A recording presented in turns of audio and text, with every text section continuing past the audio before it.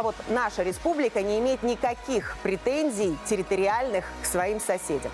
Об этом говорит и президент Александр Лукашенко. Что касается символики, белорусы определились с ней еще на референдуме 1995 года. Давно и ответили себе на вопрос, что для белорусов значит Вильня. Можно отказать одной фразой.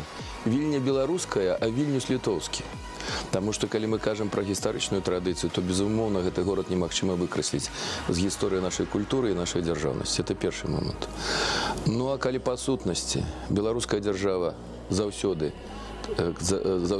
надзвычай ярко, окреслена и рельефно подкрэслівала, что она стоит на варте международного права, и у тым ліку важнейший принцип международного права – это территориальная целостность держав. Тому мы ніколі не претендовали на территорию суседней державы.